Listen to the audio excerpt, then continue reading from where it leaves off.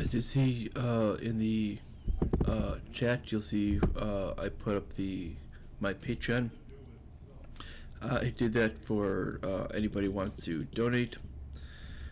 Just getting that right ahead of the way, right before we start the live stream, just so anybody who wants to donate can do so.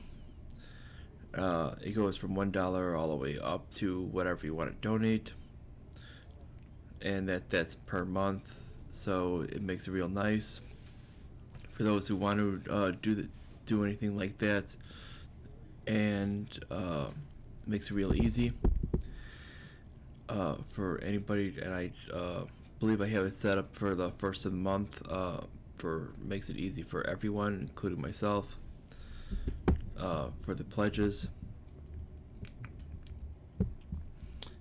Now that we have basically the idea of my Patreon donations out of the way, we'll get right into the live stream. This is basically on the status of the economy. I know it's kind of breaking away from normal political and history-based topics, but since my wheelhouse is also in economics, I'll also go into that as well on occasion, because dealing with public administration, you also have to have very good knowledge on economics. And during my undergrad, for my history degree, I did have a minor in economics as well, in business economics as well. So I do know what I'm talking about when it comes to that. Now, this is basically on the status of the current economy. And we're going to basically look at if basically this downturn is basically on Trump's fault, or if we look toward other reasonings for this, and if these are actually caused by other factors, and if this is maybe temporary. Now, when we look at it, we see that this is not necessarily a factor of being temporary. This is the whole issue.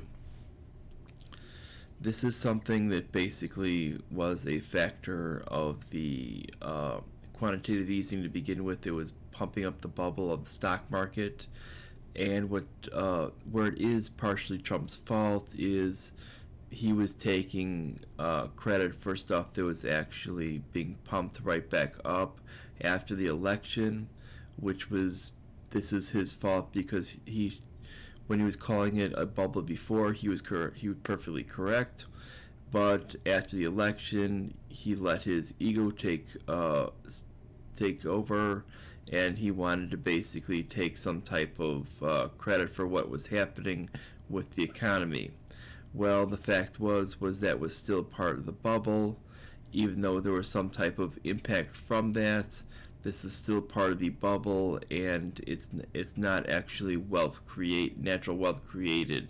This is still from the overall impact of the actual bubble, and that money that was created in there was from the actual impact of the actual bubble. It was from all of that quantitative easing, and from the cheap money from the very, very low interest rates that the Federal Reserve is pumping into the system.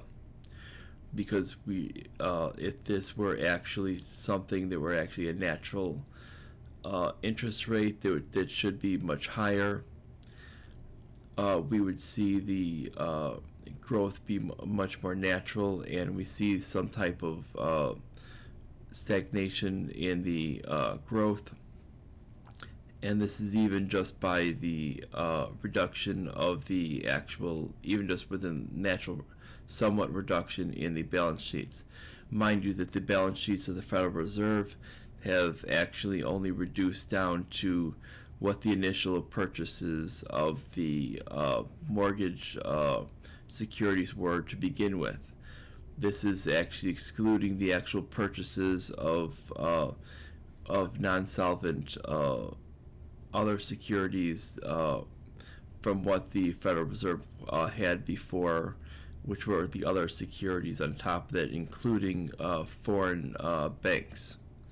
we're now down to basic. Not the Federal Reserve is still at the actual start of what it had before of these non-solvent of these mortgage securities that were at first when it actually started the actual programs. So when we're looking at these toxic mortgage securities, the actual same values that it started with when it actually started this stuff back in 2009, it's still sitting at that same value of around, I believe it's $4 billion. Now that it's either $4 or $6 billion, so it's basically the balance sheet has not even moved. It actually went up to an extremely high amount. The only stuff they removed were the excess spending. They were actually put on that balance sheet that had no business being on there. They were just there to actually pump up the Wall Street to make the economy look a lot better under Barack Obama. And then the actual removal was basically just during part of the end of Barack Obama's time, and then part of Trump's time right now. And that little bit of sell-off has not been anywhere close to what needs to actually be sold off to even out their securities that they own. And this is in addition to them monetizing the actual debt itself, that which is what they have been actually doing, and which is showing that what Ben Bernanke was stating at the beginning, saying that this was not going to be permanent.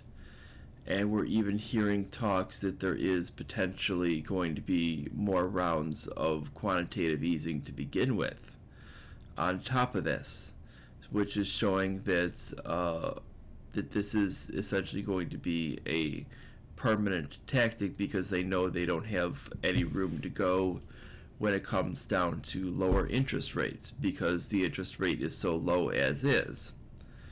And this is showing that they had no intention of removing this debt, which means when Ben Bernanke said that this was not going to be permanent debt on the balance sheet, that it was either it was an unintentional lie or an actual lie itself. This is something that has been stated by Peter Schiff, who was one who actually who was the one and pretty much only person who predicted the 2008-2009 financial crisis. If we look toward him, and I think that's actually a reliable source when you look at someone who actually predicted the previous crisis. Now, when we look at the actual situation of what happened with the previous one, is that was based solely on the real estate market. Now, with this one, we're talking it is a bond-based market, which is a much larger region, being that it stretches for a lot more area, and it's potentially also a currency-based market. That's a bubble with that. So we're talking it stretches a lot further than just what real estate. We don't have, there's not likely to be the real estate bubble, because the real estate has been tight, has been very, very tight because of excessive regulations on lending, which has limited the amount of home ownership availability, and it's created situations to where people are not getting these home loans that they once were. Thus, there are not the subprime loans problems that were before, and created from the actual programs that were basically from a government program to that created this thing in which they were trying to say, we're trying to create equality. Well, that equality system was what created the whole system, a mix of that and the breaking of the laws that separated both investment banks and your commercial banks, which allowed some problems on both ends. So when we look at this, is So who's actually to blame? Well, when we look at the actual presidential people, we're talking the main culprits would actually be the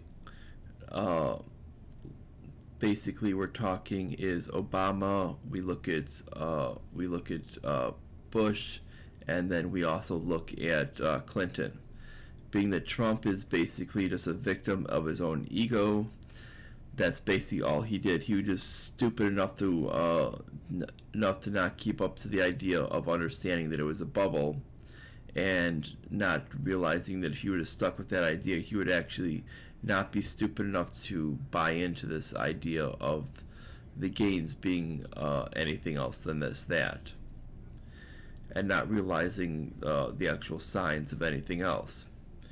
And then realizing that basically there's still problems with the economy because we're still adding massive amounts of debt that is actually hindering the development of the economy.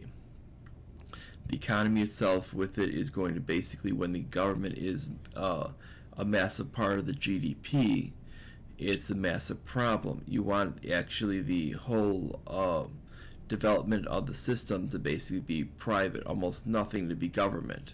Because when the government starts taking over, the government is a non-productive entity, and this needs to be understood. So when the government starts being the most wide spender, the government is considered to be non-productive. Essentially, they take money out of the productive sector and they put it toward their end, and they're meant basically nothing but provide services in a non-productive manner. Their only idea is just to provide them without the actual need of actually providing them with the idea of making a profit. They don't look for the idea of earning a profit. When the private sector looks, they're looking for earning a profit for the stakeholders. The government does not have any concern in that. This is why we view the government as non-productive. So when we view, when the government is taking a huge chunk for GDP, for the actual money being spent out there in what should be going out for R&D, for business and development, for actual profits out there, and earnings, we should view it completely different. And we see that if things are sliding too far toward the government spending, it changes the way the economy is viewed as being productive. So you can have so GDP is a very deceptive factor. It ends up being something that doesn't really show what's really going on. When you start to eliminate the actual impact of what the government is on it, you'll see something that's actually much different, and it'll show you primarily what the private sector is doing, and what the private sector is doing is a lot less than what it needs to. And that's because we're still having the massive impact of regulations. We're still having the actual massive impact of what debt has on the actual system, because we have the Federal Reserve monetizing all that debt, and that debt needs to be paid for, and that means more taxation, and that more taxation means it's going to keep creeping up and up and up, because that's going to be more and more of what the government's purpose is going to be, is taxation for taking care of that debt monetization. Because eventually that's going to be its sole purpose, is because right now when we view the actual government, it's not actually paying down its debt. It's essentially just adding more debt and paying its interest only on that debt, and eventually that interest is going to keep creeping up and up and up. And when we start adding more and more money into that, we're adding more and more services, and we don't have the money for that. We start adding more and more garbage. What we need to understand is we need to start looking the government to pay less services and reduce this debt down and actually pay it off, because we're currently at 22 trillion. This is really hampering the way the economy works, and it's going to lead to more and more crashes within the economic cycle. And when we start to realize this in the Austrian system, and we realize that we need less centralized control, we're going to see this, and this is why when we get to this, we're going to realize that the idea of a fiat currency doesn't work, because essentially what we're doing is we're trying to print our way out of problems. And this is why we're noticing more and more problems regularly. Previous to this point, we were noticing problems were a lot more spread out. Even previous to the point of a centralized bank, they were even further spread out. And then since the centralized bank, it's even more concentrated than since the Bretton. Then when we go since the Bretton Woods Agreement, we note that there's even been since we got out of the Bretton Woods agreements, it's been even worse. So as it gets even more tied off of a legitimate currency, we see that it gets even worse, because when you go to a full fiat currency and a central bank, pretty much you have no limitations, and we've been this way since the mid-1970s. We're talking, I believe, 76 off of my head. And that means that essentially we've been able to spend unlimited amounts of money, and if you look at the economic status, it's actually gotten a lot worse for people. And when people live under fiat currency and they live under central banking, you're talking they're going to have to watch what these people are doing. And when we from the economic level, and since most people don't, we're talking, I would say, well over 90% of people in the United States do not follow the actual economic status of what the government's doing. We see the fact is they're massively steamrolled when it comes down to the situation of the government. And this is a major problem that we need to view. And these people are going to be harmed in such a manner that it's not even funny. So when we view what's the actual problem is it goes right back to that central banking, the Federal Reserve itself. Now the Federal Reserve you gotta understand, it was petitioned to be set up by these corporate banks to actually set it up. Now they were not going to be setting it up in the interest of the people. This needed to be understood, and this was done in the in basically the early teens, late units of the early part of the 20th century, that basically they wanted a central bank in Jekyll Island, Georgia. And they would basically set up a meeting to essentially try to convince the Wilson presidency to establish such a central bank, because they knew once they controlled the financial system that they could essentially use inflation to grind off the wealth of the people and earn money that way, and essentially control the way the government was working. It's very, very easy to control a government system that way, and it's for both you can control policy, you can control basically pretty much everything once you do that.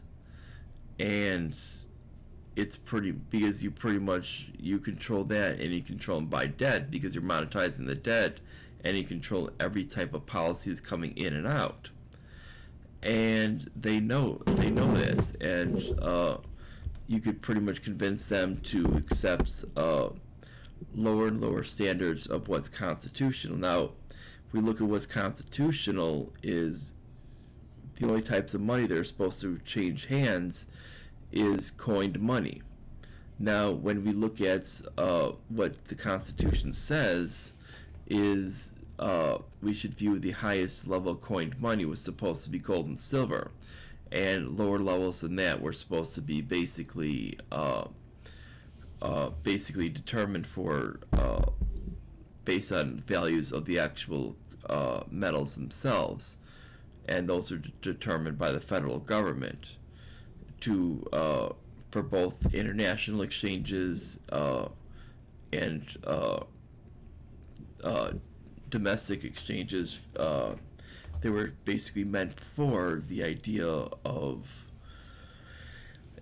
both a medium for exchange of goods and meant for the actual pay down of debts and all these other purposes.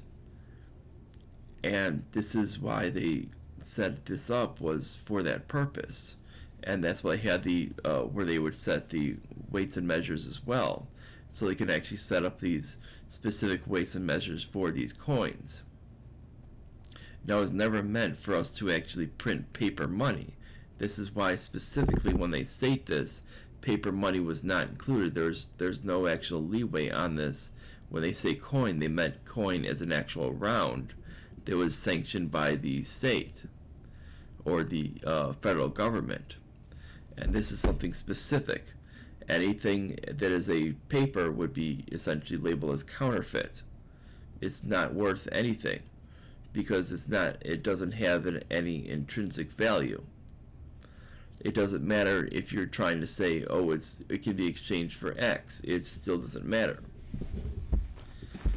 And that's why the Constitution never stated such a thing. And there was a reason why they never did that, because they knew that that if they would ever do something like that, it would create problems in the actual country for financing. And when we look at the actual country, we see that since we've gone that route, things have gotten worse. Even just within the Bretton Woods Agreement, allowing the exchange, it created a lot of problems because it allowed them to have some type of manipulation of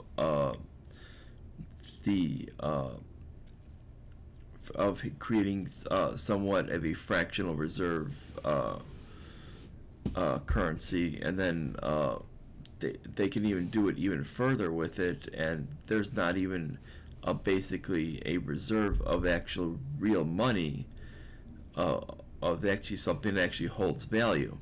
Now, when we get to the point of how you actually hold value in a system that's essentially collapsing because we're not actually holding debt, because we need to understand that when you buy debt bonds with it, you're basically, doesn't matter if we're talking short term or long term, you're not going to get return on investment. And this is just a fact of life. We need to understand this. When you bought it previous to at least previous to breaking the Bretton Woods Agreement, at least you were at least getting some type of backing of gold, or even previous to the point of previous to the time when we were even in the Bretton Woods Agreement, when we were actually on gold, where gold was actually passed as currency. That made it even different, which meant previous to I believe there would be like 35 or something, and that'd be almost like previous to the the FDR administration. And what we found is that when we view the way that debt bonds were dealt with then, at least you had some type of legitimacy to the investment. But when we look at, and then they would eventually be actually paid back, and a lot of times we were talking that they would actually be paid back in full, even up to that point. I mean, look at the amount of debt that was actually taken back then. It was a very, very small amount, and compared to the actual revenue developed into the country, and per the actual amount that the country is developing by business, I mean, it was a small fraction. But now we're talking is the actual debt to GDP, including the actual government spending, is we're talking that's we're well over 100. We're well over 100%. So it's completely illegitimate to actually buy these. Now, when we talk about stocks, we know that American stocks are completely pointless when it comes to those. And now, when it comes to European, I would tend to stay away from them as well, because they're based on the euro is another fiat currency as well. Again, in the Middle Eastern based things, while there are certain things that might be not that bad, they still are, and certain things are based on gold backing. I would steer clear because of the volatility of their systems, and certain ones do have terrorist link groups that are kind of backing the governments, and that makes it very, very dangerous for these ones that might have gold backing. That leaves us basically with countries like either like Australia, which has limited investment opportunities, and a lot of their stuff is still going to be limited with most of the stuff is done in a fiat currency. Or you're talking about going in East Asia. Now, East Asia, with it, I would be very, very careful in certain in the regions. Now, you have to be now that I would consult with certain people that actually know what they're doing, because the fact is I would want to make sure that their currencies are actually backed by gold to begin with, because the fact is such as China would actually be, especially in Hong Kong, would actually be an excellent place to invest in, because the fact is we're talking that they're backed by gold. They do have excellent developmental areas. Regulations in Hong Kong are very, very low. It's easy to start up a business there, and they're most likely to be on the rise, whereas mainland China might not have that benefit, and you might not have the access to those companies. Now, that would be one area I would look at. There's other companies with it, other areas that you might be looking at, though I would probably contact probably Peter Schiff's investment company. He would probably give you a lot of good advice with it, because he's a lot better when it comes to investing in Asia than I would be able to give for investment advice for, because I don't have much knowledge when it comes to investing out there. Though when it comes down to precious metals, I would say tend to stick with gold, silver, palladium, and platinum, to stick with those four for investments. Those tend to be really, really, really good, because when you're dealing with comparing that with fiat currencies next to the U.S. dollar, you're talking that those are going to go pretty strong. And I think we're talking when we talk next to like a collapse with it, even if they try to keep those down in value, I think we're talking it's going to be spiking a lot higher, because last time we were talking it was just a housing bubble, and this is likely a bond bubble, and it's likely to go a lot higher when we're talking those items. And when we look at the actual application of some of these things, obviously those four are all used in jewelry, number one. Number two is when we look at palladium, palladium's used specifically for making platinum jewelry stronger. platinum is used in a lot of parts such as spark plugs as well, in a lot of electronics, as well as gold and silver is. Silver is used in a lot of things such as cell phones. Pretty much every cell phone you have has a good amount of silver in it. If you look at the amount of mining would not be occurring if it was not valuable, and we're seeing the mining value actually be above the actual current rates that it costs to actually produce each amount of silver. This means that there's something that is happening with the silver, gold, and these other precious metals. That's actually something's a little bit off. This means they're being kept down in price. So I would say that it would actually be a good investment if these things are mining, even though they're mining something that would essentially be, from a business aspect, a bad investment. Now, when we see the same thing with petroleum, they usually, when petroleum becomes too expensive to produce at that time, they tend to lower their production, especially in countries like the United States, because of the cost of labor. They'll actually reduce their production when the actual cost to produce it becomes too high compared to foreign produced petroleum.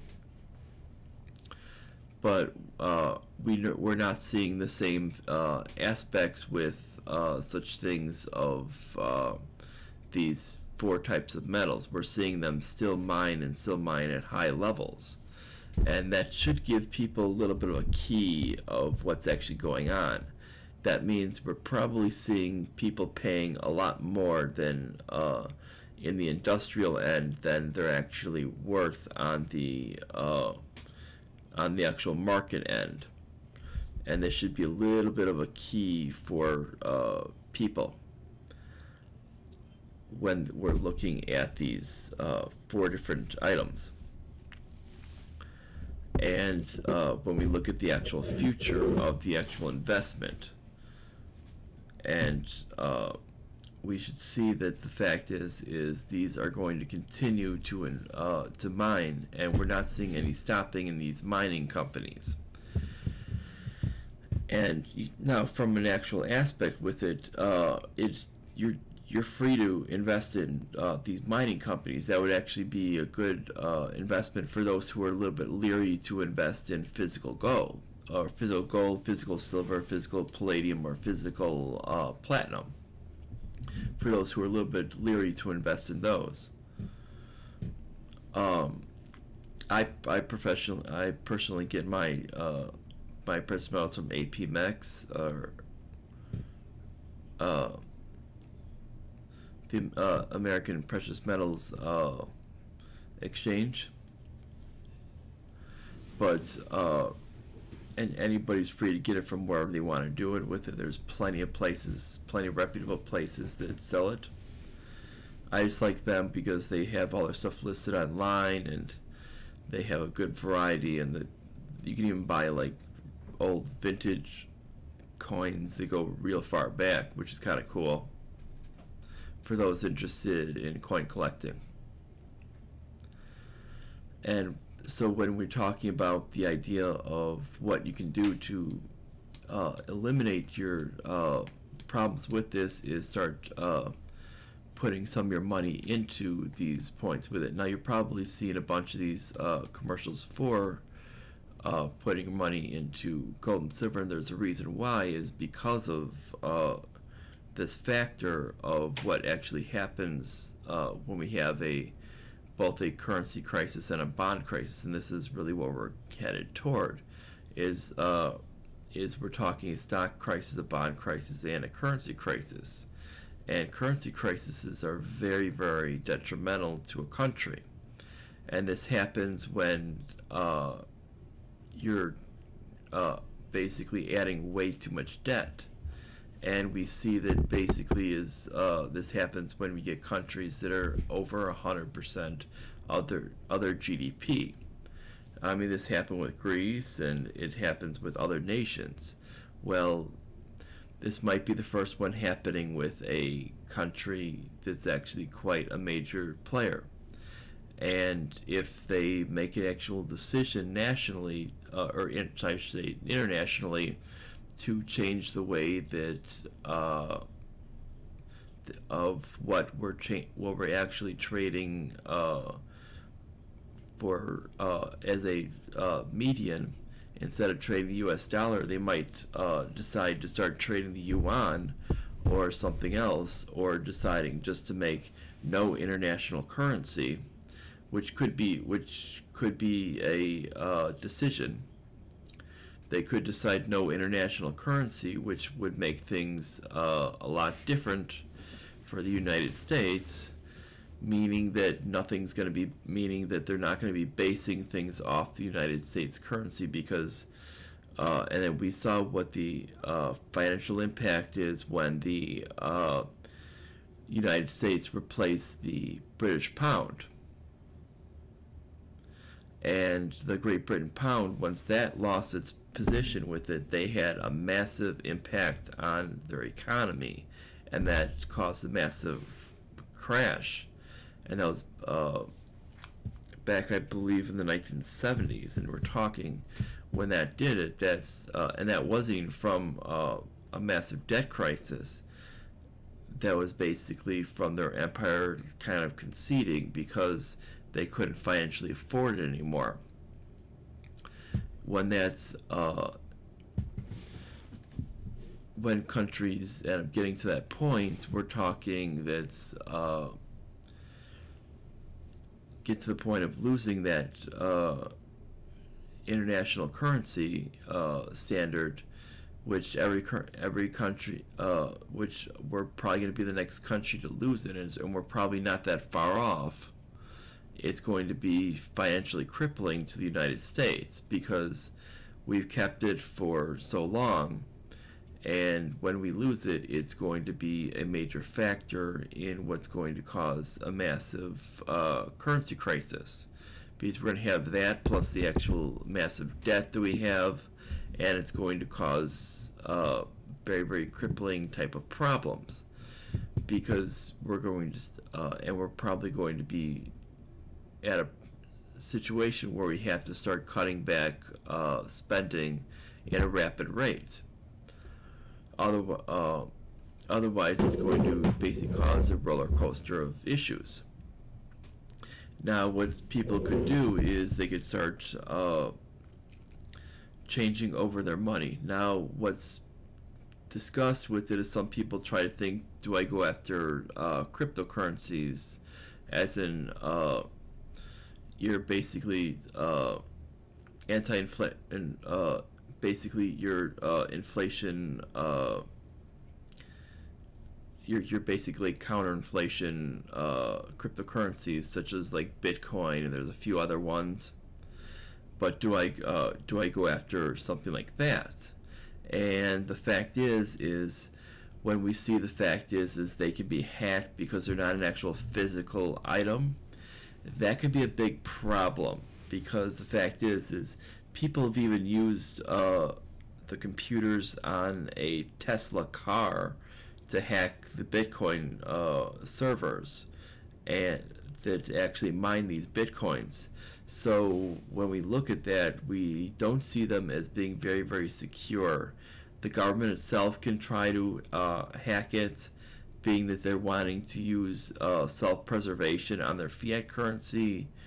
As we see with the NSA is essentially going to want to use self-preservation on the government itself. So we're talking, it's not going to be a very secure thing, no matter how secure they want to try to claim themselves as being. And when you're talking a digital currency, that's not going to be very secure. And that needs to be understood. And when we look at some of these things, is the fact is people need to understand that this is a factor that needs to be understood. That's that this could cause a lot of issues with the in the long run when we look at the problems with what could happen security-wise with your actual currency. You could be putting a lot of money in and lose it, and then the government wants to always assume that these cryptocurrencies are going to be used for illicit purposes, whether they are or not. So they're going to end up trying to hack in and trying to steal your money and trying to zero out your account, and they're going to try to spy on you for that. So whether you're using some type of blockchain system or not, and this is the whole point. And because they're in the whole interest of self-preservation, and that's what needs to be understood. So when we look at this, is that we need to understand that that when we look at all of these people, is they're always going to be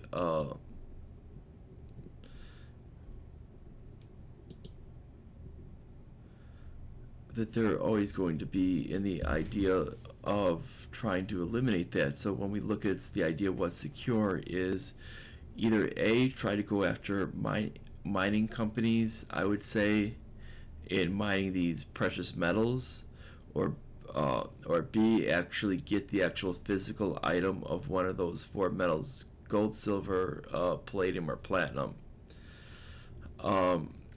Other than that, pretty much, I'd say take a look at what Peter Schiff's investment company has to offer for investment in over in East Asia, because frankly, I can't help you there. I wish I could help everybody out there, but that's not my expertise.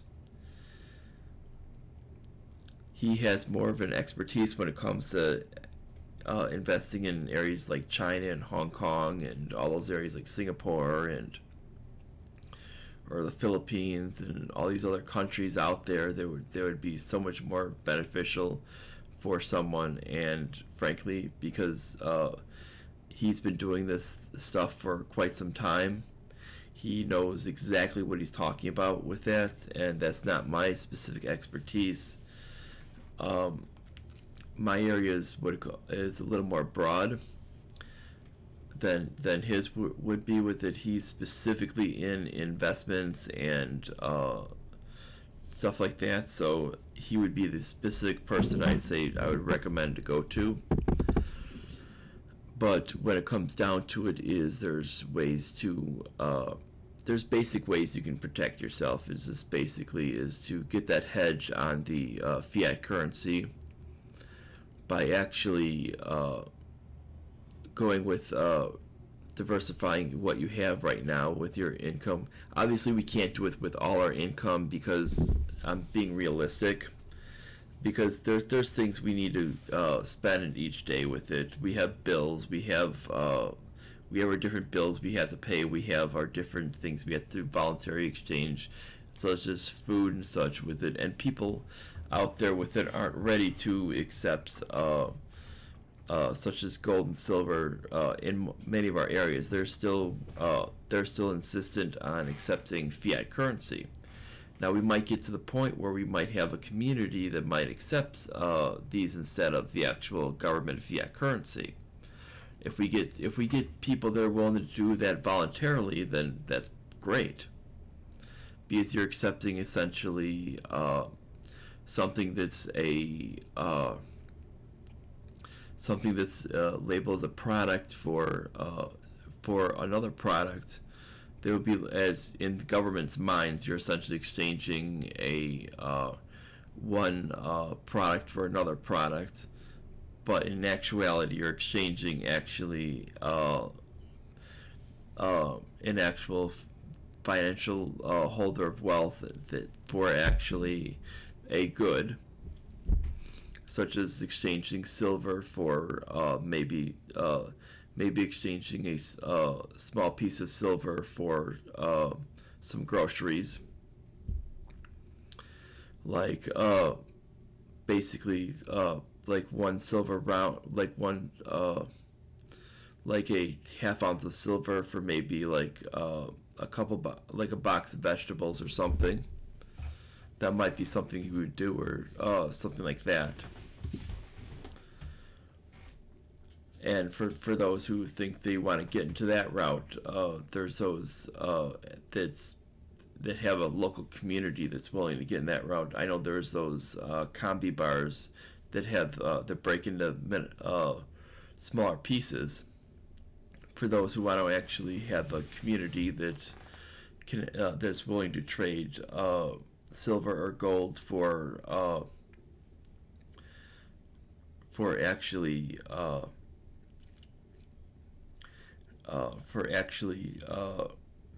items like food and other things like food and different products for these actual items, and it would actually be very, very productive. And then it shows you how much each of the actual pieces weigh, and you can actually go on the actual online to show how much they're actually valued at that specific time, and allows people to exchange them for an actual fair rate, and allows people to create an actual economy based on that without entering into the fiat money system and exit out of the fiat money system and do it fairly. Essentially, in the government's minds, you're exchanging product for product, because technically you are exchanging product for product. It isn't counterfeit money, because that is gold and silver rounds. Doesn't matter what you were talking about. You can actually go to any type of place that trades in money, and you can actually trade that in, and that deals in coins and rounds and stuff with it. You can actually get exchange that in for money, for actually fiat currency, I should say. It's not actually money, because money is actually a different definition. Money is actually the actual termination of value. Now, if you that's where we're going to basically end this with a discussion with it, so people can actually get an idea of what we're talking about here. I know it's kind of a little bit offshoot from our normal discussions, but if you like this, like, subscribe, click the notification bell, send this all the way around social media, so make sure you do it to both your friends and publicly. If you feel inclined to donate whatever you can on the Patreon, you'll see this right below here. Whatever you can donate, I really appreciate that. It really helps me out a lot for this personal everyday costs, to everything like that, to like medical costs that I am occurring from, like prescription stuff for me. As you know, I'm in disability, and there are a couple of medications that I have to buy each month. I have to go through each month, so that does help. But if not with it, it's okay. If you could subscribe as well with it, that'll help get me up to the where I could get the advertisement revenue. That'll help me as well. But I will see you guys next time. Bye, everyone.